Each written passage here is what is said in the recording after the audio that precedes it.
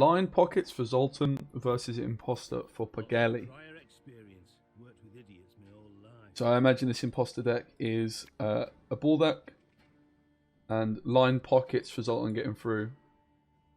Thanks, Dictator. Here's Tom. Ah, should be good, man. Okay, so Zoltan's got Gordon hand you'd expect to see get mulliganed, and of course Pargali here playing the Masquerade Ball. Hasn't got it in hand. 3 more mulligans for Zoltan here. He's got 1 Safecracker.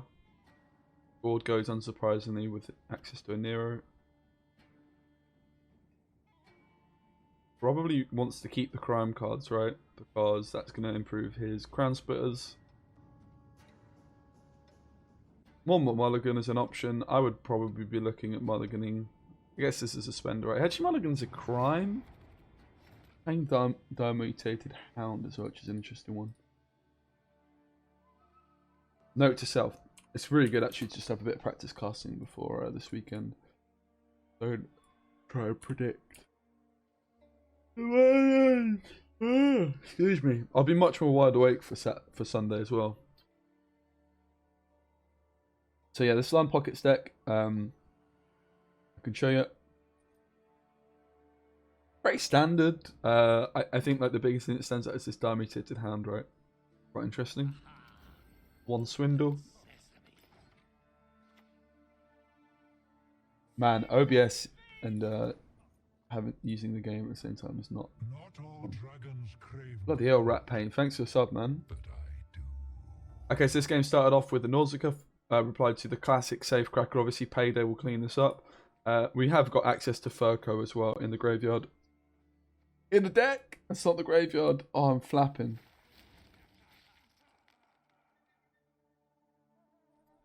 I feel like a real life fish flapper, you know?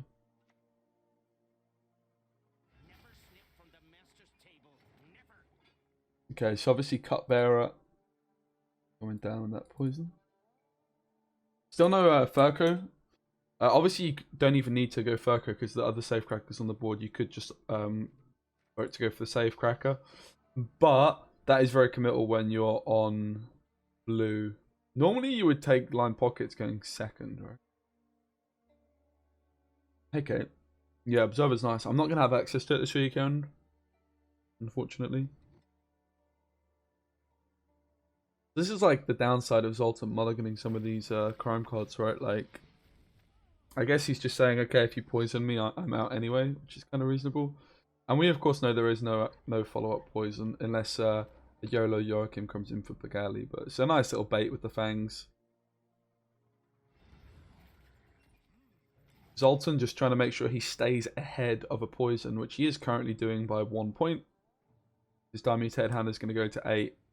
And that's actually going to force the pass from Pargali. So it just plays 3 cards and passes, but they weren't 3 of the cheapest cards. Committing Cupbearer, which is obviously like a better fangs because of the Assimilate tag, which is very, very relevant when you're playing Masquerade Ball. And there is no Heat Wave in this Line Pockets deck, so this round 1 control, very, very important. Added to that, the fact that the second Crown Splitter for Justice has been kept is also great. I'd be very surprised if we don't see a... I guess you could keep the Justice in hand, right? Because you could go Piggy first. You go Pig and then Justice.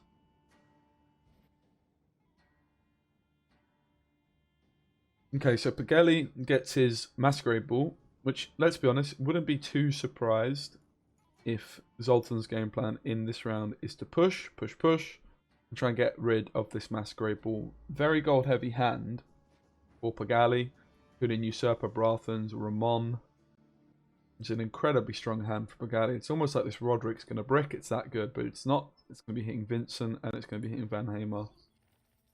So, Zoltan spending some leader charges while accompanying his coin carryover to get this Piggy immune. Great to see Saskew-Tooth. And Ramon just comes in straight away, I guess, on a Sergeant.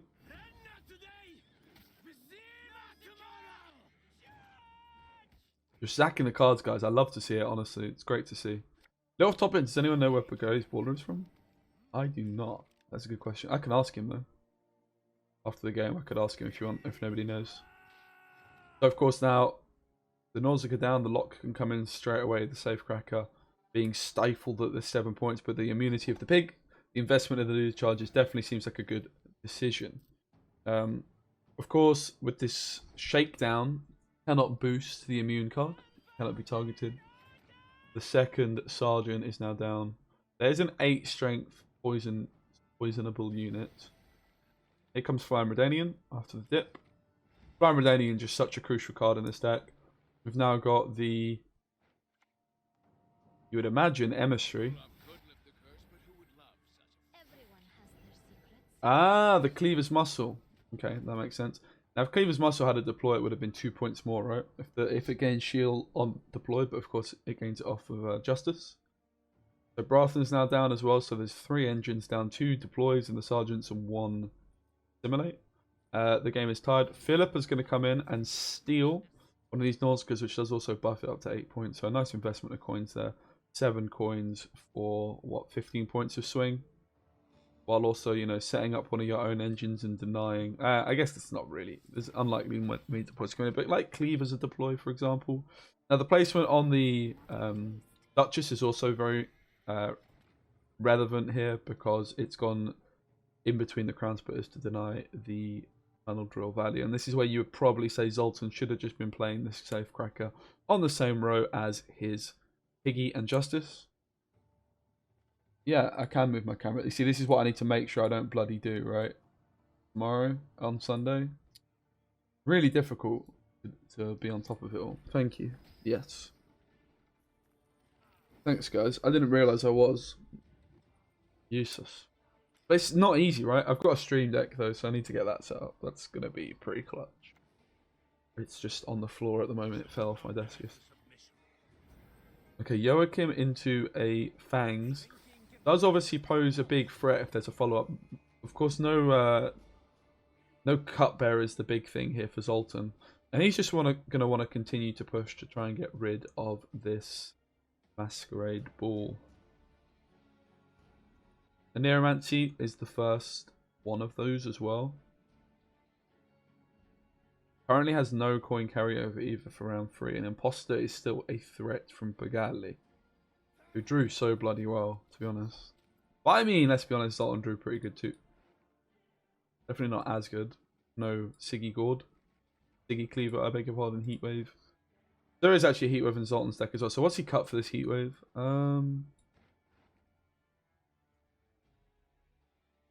Just be Van Hamar, you'd expect it to... Oh no, it's not. This is Poisons. Yeah. But that is a lot of Pargali's aristocrats gone, right?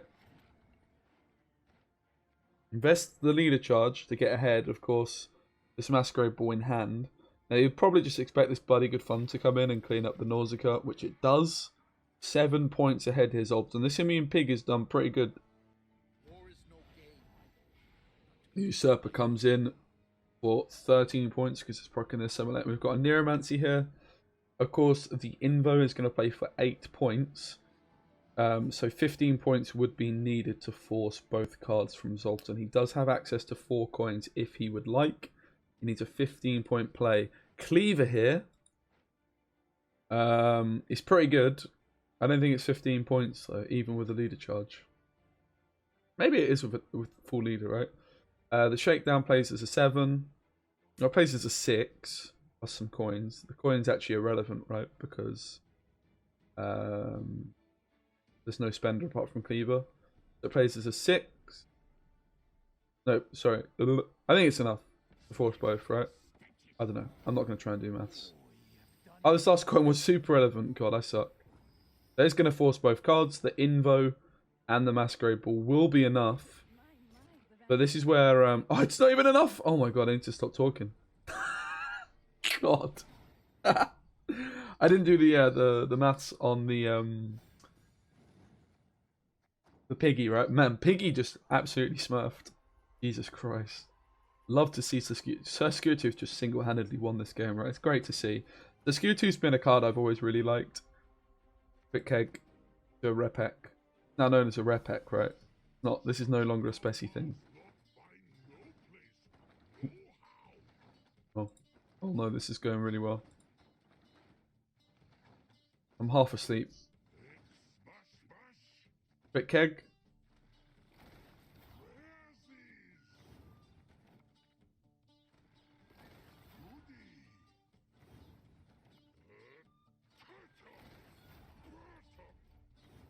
You believe that's my first premium Vincent? What?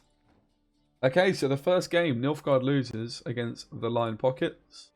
Despite Lion Pockets going first, I think something that was really important about this matchup and sort of the deciding factor was Zoltan's decision not to commit his second Crown Splitter on Blue Coin. And then he had that access to the Justice into Crown Splitter in the second round, and also investing 2 leader charges for a total of 3 coins to make this pig immune, and it was like at 17 points by the end of the game. I'm commentating Chrome rather than playing, but yeah. They zacked the cards, which I really like to see in community tournaments. I think card zackers are where it's at.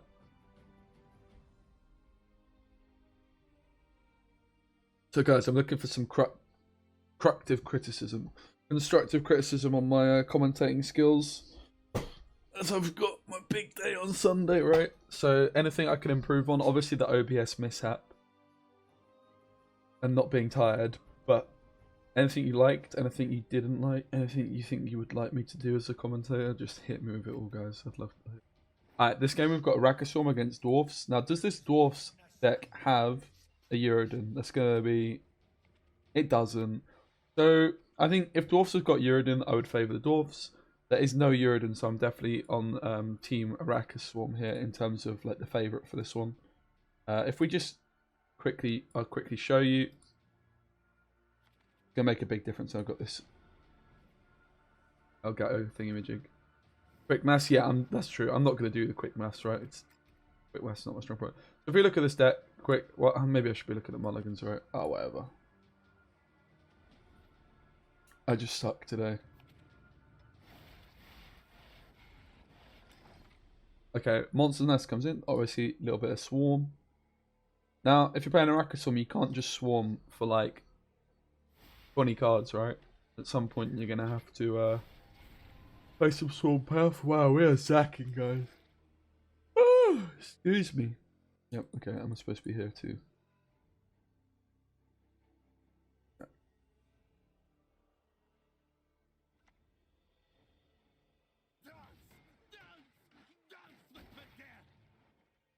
So there's a Zoltan in Zoltan's deck. No surprises there. I really don't like this Dwarven deck though from Mr. Zoltan, I must confess, chat. I'm gonna strongly criticize. Should I confirm, guys? See what happens. Okay. For science. Nothing. No. Now, like, I really don't like this dwarf deck from Zoltan, and the reason for that is he doesn't have Monroe and the other Zoltan. And rather than like a Uridin playing a Heatwave, I don't know, it's an open deck list. But the Heatwave does nothing in this matchup, right? The reason I quite like Uridin in Dwarfs is mainly for this matchup, right? Kind of why I like Uridin. For Dwarfs and Rakastorm. Just does a job. It's good against Vi as well. We actually get the tempo pass coming in from Pargali, and he's trying to force the long round here, right? He plays his Crimson Curse, he plays a Monster's Nest and a Maxi, and he believes that is going to be enough to get him out. Of course, Zoltan doesn't have these 2 points at the back, but this Berserker is going to tick for 2. So basically, he's 12 behind, and he actually high rolls here as well, right? Well, sort of. He didn't low roll, so he needs, well, 10 points to do it. So this attempted tempo pass, like Justice does it, right? This is just an easy Justice, is it not? Does Justice do it? It would certainly do it into Volunteers, but obviously a Volunteers in hand. Volunteers on their own wouldn't be enough, but Volunteers plus Leader would be enough. I think Justice should be fine though, right? You certainly want to take this in one because you have carryover cards in Gabor and Zoltan, but yeah, Zoltan doesn't go for it. Justice not enough on anything? Justice on... I guess it wasn't, right? Justice on a Berserker would play for what? 10?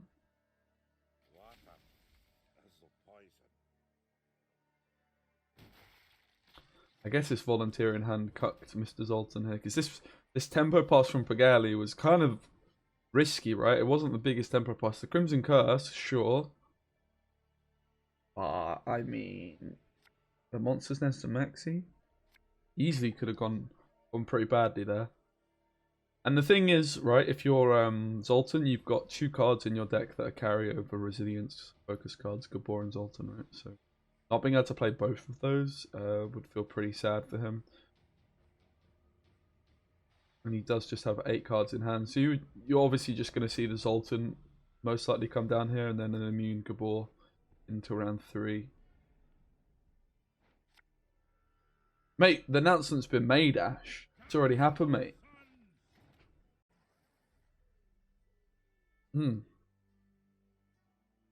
Oh, that's not the bracket. I can link you the bracket, sorry.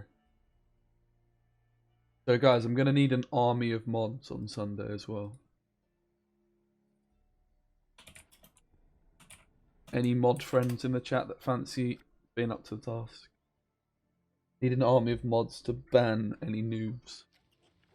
So this squirrel's on the Nero as well, so this is maybe a reason for Zoltan not to go for the Zoltan and just go for the Gabor, right, as it was in hand. So I think Zoltan's kind of had a bit of a stinker in this game. He can't be too happy. Pargali went for the tempo pass, which, like, I think as a line was kind of interesting. I don't think the execution was perfect, though, because Justice into Volunteers would have done it. But, of course, the Volunteers were in the hand of Zoltan.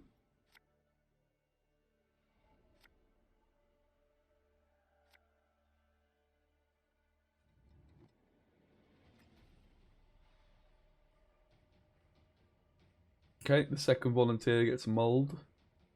On the other side, time is the cast? It starts at 2 PM. I want to say. ET. Yeah. Yeah. I'll be going on for a long time. So, the way it's working is there's a winners finals that, like, the winner of is qualifies for the Open. Then there's gonna be a losers semi-final and then a losers final. We're not supposed to be casting the one in the middle, which seems kind of. I would quite like to cast the one in the middle, if I'm honest. Like, I want to cast every game, right? But I don't know, we'll see. So this game's just super over. I bloody hate Araka Storm, guys. It's such a boring deck to play and watch, in my opinion. Yo, and ask what's up. A superb specimen. This game's just over, right? Like, why did Yen get buffed? Does anybody know? It'll actually be 1 PM UK time, I think. 2 PM Central Eastern time. Central European time, right? Thanks, Tech Taylor, mate. I appreciate it, boss. It is big moves. For sure. Yeah, COC is putting in some work here still.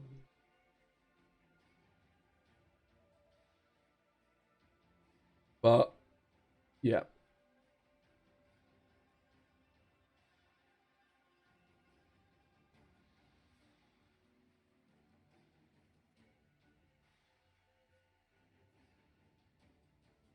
Come on, Pargali, keep zacking. We've been enjoying the card zackers. Oh, let me allow the NG ambassador and future NR ambassador. Guys, it's going to be so awkward when I don't get given NR ambassador with all you guys talking about it. Like it's a foregone conclusion. Yeah, it is earlier this time, mate. So basically they've changed the top 16 to a double elimination tournament. It actually starts tomorrow, the top 16. So I'm going to be seeing if I can get some perspectives on people. Maybe cast their games, but not a definite that we can do it. Excuse me.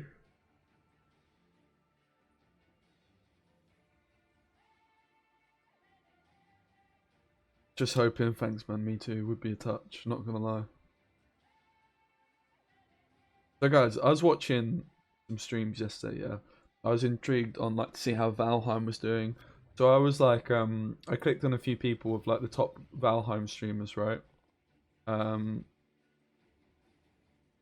Who at CPUD. I mean, I would just say like on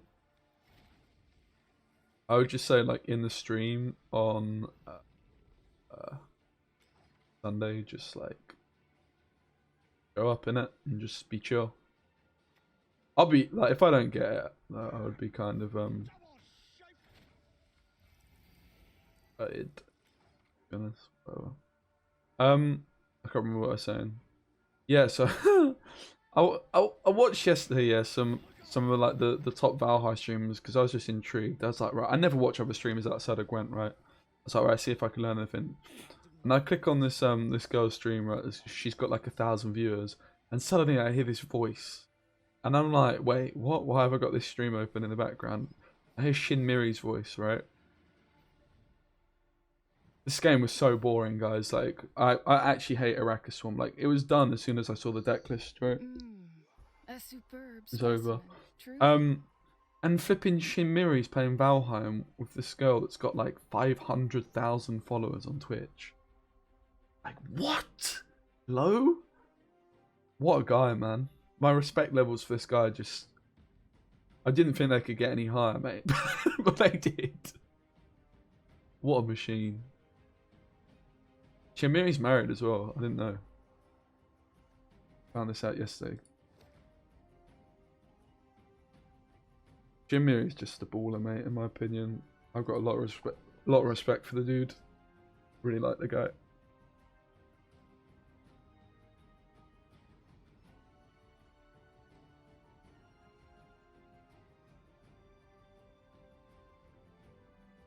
The series is 1-1, by the way. It's unsurprising that Line Pockets and Araka Swarm are the two decks that have won. Shimiri is the one guy. What about me? Hello? Who doesn't like me, Golden? Come on. No, you're right. There's definitely some people that don't. I used to get beefed on Twitter quite a lot about my hot takes, actually. Yo.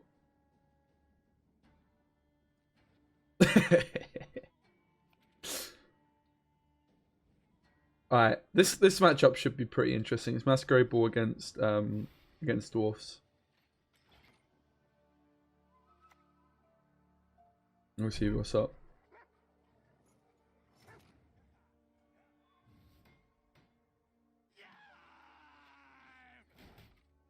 Okay. This Dwarven Chariot card I'm not a big fan of, mate, to be honest. I think it's pretty crap. Ramon comes in. There's going to be 3 locks in this one, so everything is getting locked, basically, right? I mean, the Dwarven Chariot is kind of smurfing, to be fair. It's played as a... I mean, it will play as a 7 if this isn't locked, and obviously there's a Veil, so it did play... It was okay. It played as a 7 that got locked. Can't complain. Pyrotech, the star of the show here, for sure, though. Zoltan thinks he's safe from more locks. It does, but it also kind of takes away Brewer a bit. Because of the fact it's a siege engine, right? It's a decent card. For me, I would just rather polarize though, right? Like, you're playing this Dwarven Chariot at the expense of playing Monroe and Thingamajig, and you're playing a Neuromancy. It seems super trolling to me, right? Like, you've got these big fat dwarfs at the top end, Monroe and Zoltan, which are just so good if you can get the combo off, and you're playing a Neuromancy already. Like, I really don't like this deck from Zoltan. I think the Aneromancy is very unnecessary. It should just be a Call of the Forest. I think there's a big waste in provisions there. Added to that, this Heat Wave. For me, I guess, to be fair to Zoltan, if he was banning Araka Swarm, this deck maybe would make more sense, but he's not. He just lost to Araka Swarm, right? He banned Line Pockets. What happens if someone qualified for Open wins another qualifier? If you're already qualified for that Open, so for Open 1, you don't play in qualifiers. So Bart and Tailbot, for example, won't be playing in the qualifiers this month. So I want Green Knight to win this weekend. Like, I'll make no secret of that. Green Knight's just a boy, mate. Like, what a guy. Now, actually electing to go for the Purify on the Resilience over the Poison on Xavier. That is really, really interesting. Kind of baiting that there's a second Fangs, right? But obviously, I'm playing in top 64 next weekend, guys. So Saturday next weekend, I'm playing myself. That'll be fun. I'm not feeling very polished or confident, but I'm going to be playing a lot this week in preparation, right, for next weekend. Like, last time I felt like I had the best decks in the whole tournament. I won't feel like that this time. But I've got like one qualifier under my belt now, right? So.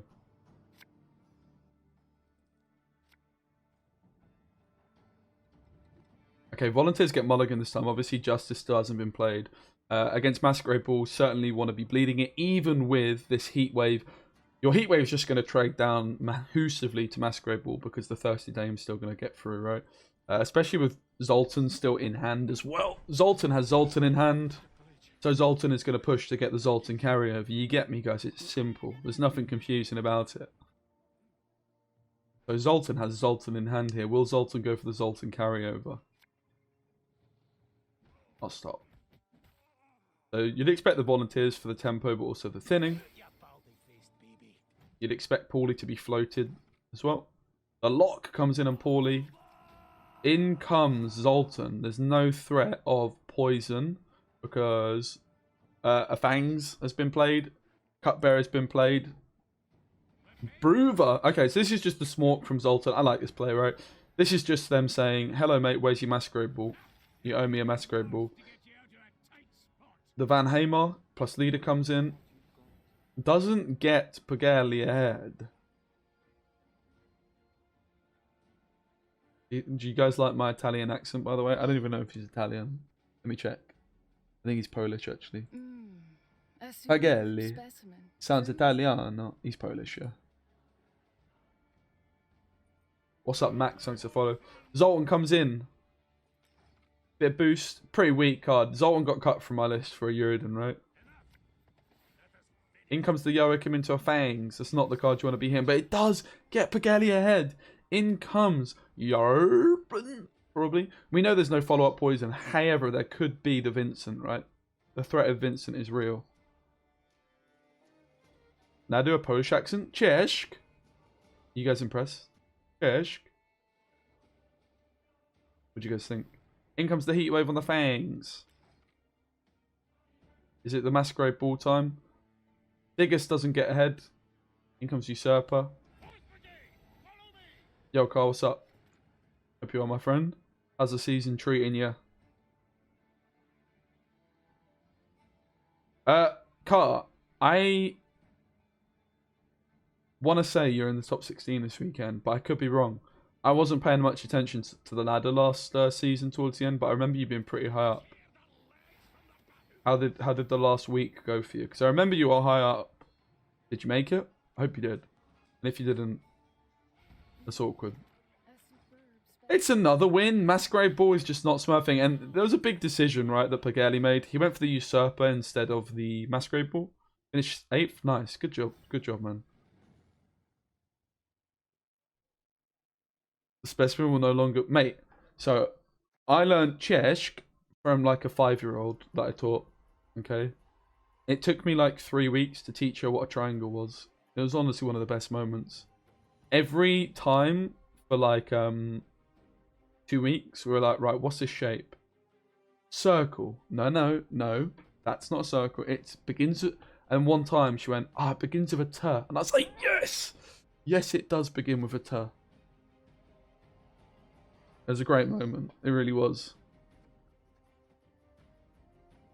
It took like 2 weeks to get to that point, but I was buzzing. Great moment. You're right, it does. Do I have any pets? I do. I have a cat. He's called Eric. Yeah. He's having an operation next week, actually. Bless him. He's got a big mouth growth. Bless him. He went to the vets the other day, and he's got like a big shaven part like under his neck where he had to have an injection or something.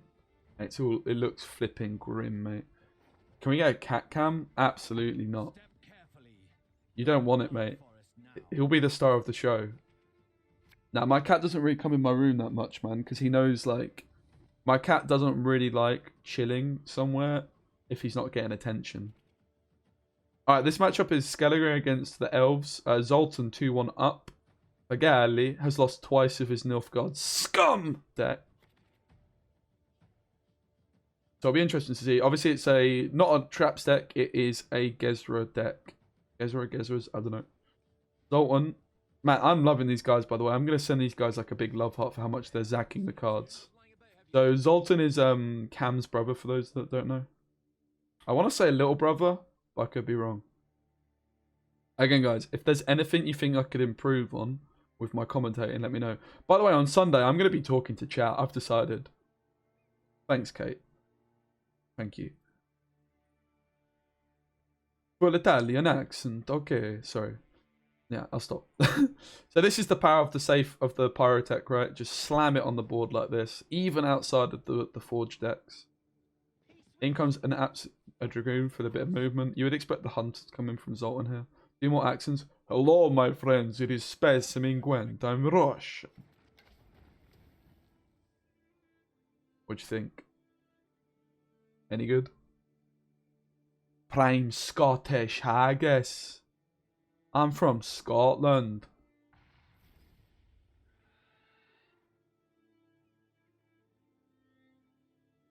Do an Indian accent.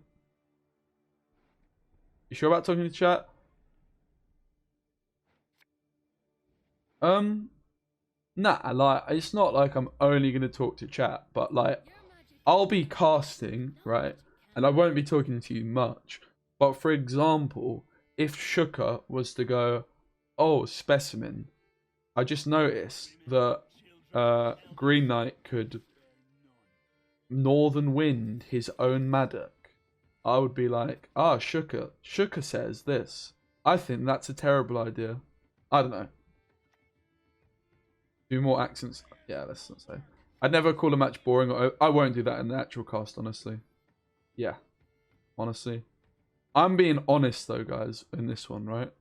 But thanks, Panzer. Sorry if... I probably shouldn't say it even in this one, though, right? But it was boring. I hate Araka Swarm. I think it's such an uninspiring deck. How many times talk with Jagras? I know Jagras pretty well. Yeah. I would say she's a friend. Pretty good friend. Gabor and Yarp have the same surname? Do they really? Wow. That is... Damn, son. Dim, son. I didn't know that. Zigrin, right? Oh, we're not in the Dwarf stack. Also, Junode of Belhaven, and also, the Witcher dude, right? I don't know what he's called. Also helps if you frame your own critiques as coming from the audience. Like, instead of saying, I hate Raxxon, you say a lot of people... Yeah, I like that Golden Psycho.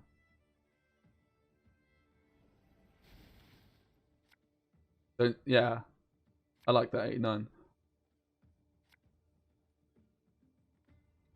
Because Yarp... Oh, good. It's... Yarpen's in the books, right?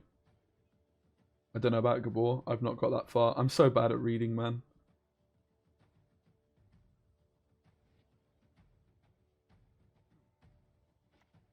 Alright, here we go. Zoltan slams. That's an interesting point, Panzer. Boys in Thronebreaker. I've still not played it. Don't judge me. Alright, so round control goes to Zoltan and he begins to bleed with the totem. The reply from Pargali is the tempo play of Venosio. So some pretty big commitments. Now it's time for Zoltan to put down his Hunter engine, which is just going to be ticking. Electing not to click the totem either. I do have Premium Kelly, though. I do have Premium Kelly. I've cheated the system, guys. What can I say? I've got Contact. Nice, Kate. Glad to hear it worked. Electing Tuvril getting the front row value, killing the Hunter. And Ailerin coming out with the leader charge to add 8 points of tempo onto this play, which means that there is no pass option from Zoltan. Obviously, Zoltan has the option of using this totem as a carryover play. There's no other cards in hand which are going to self-damage.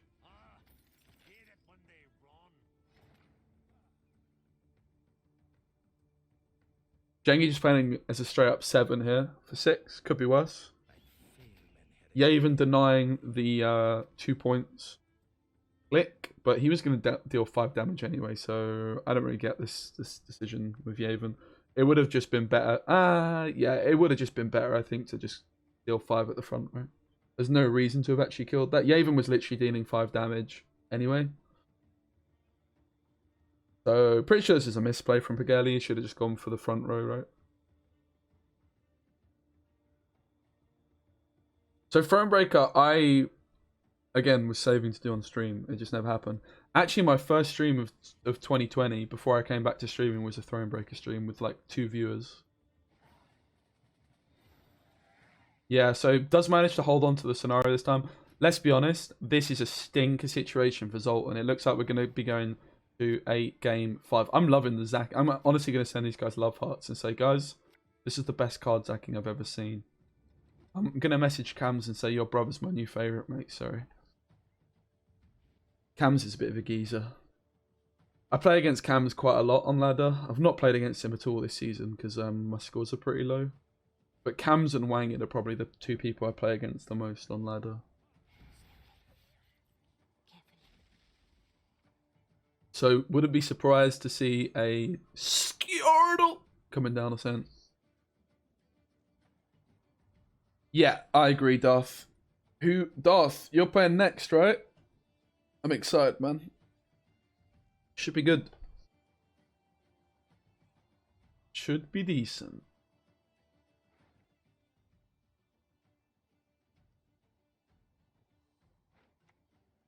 No, else is good, Blood and Wine. True. Needs to happen. It will happen soon. I'm actually going to play it soon, for sure. To set up the potential Blood Eagle here, Zoltan. Obviously, Blood Eagle is such a good card as just a value play, but especially if you can use it as a removal tool, it becomes even better. Could have been...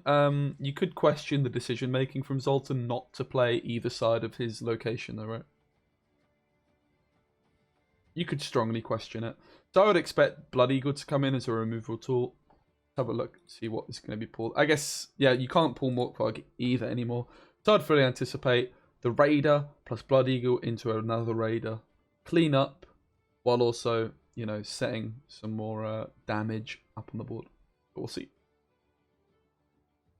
How is Rider a 5? Rider? What's a Rider? Rider? It just shows what I know, because Zoltan just says, nope, it's not what I'm going to do. I don't really get why the decision was made. Not sure. Oh, the Raider was locked? Got ya. Yeah, that's an interesting point, actually. So I guess the decision from Zoltan not to kill this commando is that it's his leader target anyway, so yeah, makes sense. Thing up Bloodthirst also makes sense. I should definitely play some SK before this weekend because I ain't touched it.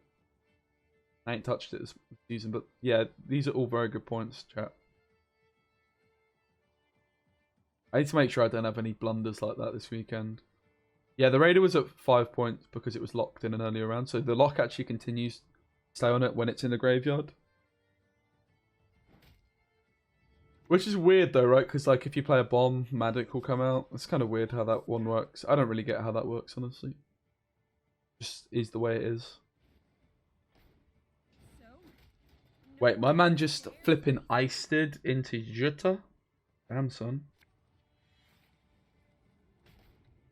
Yo, Graveshko, what's up, bro?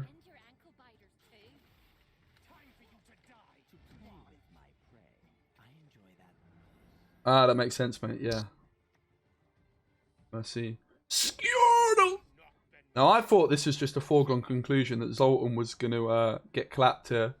But Skelliger has other things to say. Still, definitely Zoltan could be doing with these extra points he could have had from the location if he just played next to it, right? But, looks like Zoltan, the Skomega lol, just comes in clutch. Despite having the Purifier answer to the Turgvi. Just not be enough. And the king of the Zaka, Zoltan, takes it. And now I've got another series. This only took 50 minutes, guys. Wow. Honestly, Zoltan and Pargali, you guys, you can come again. You guys are welcome.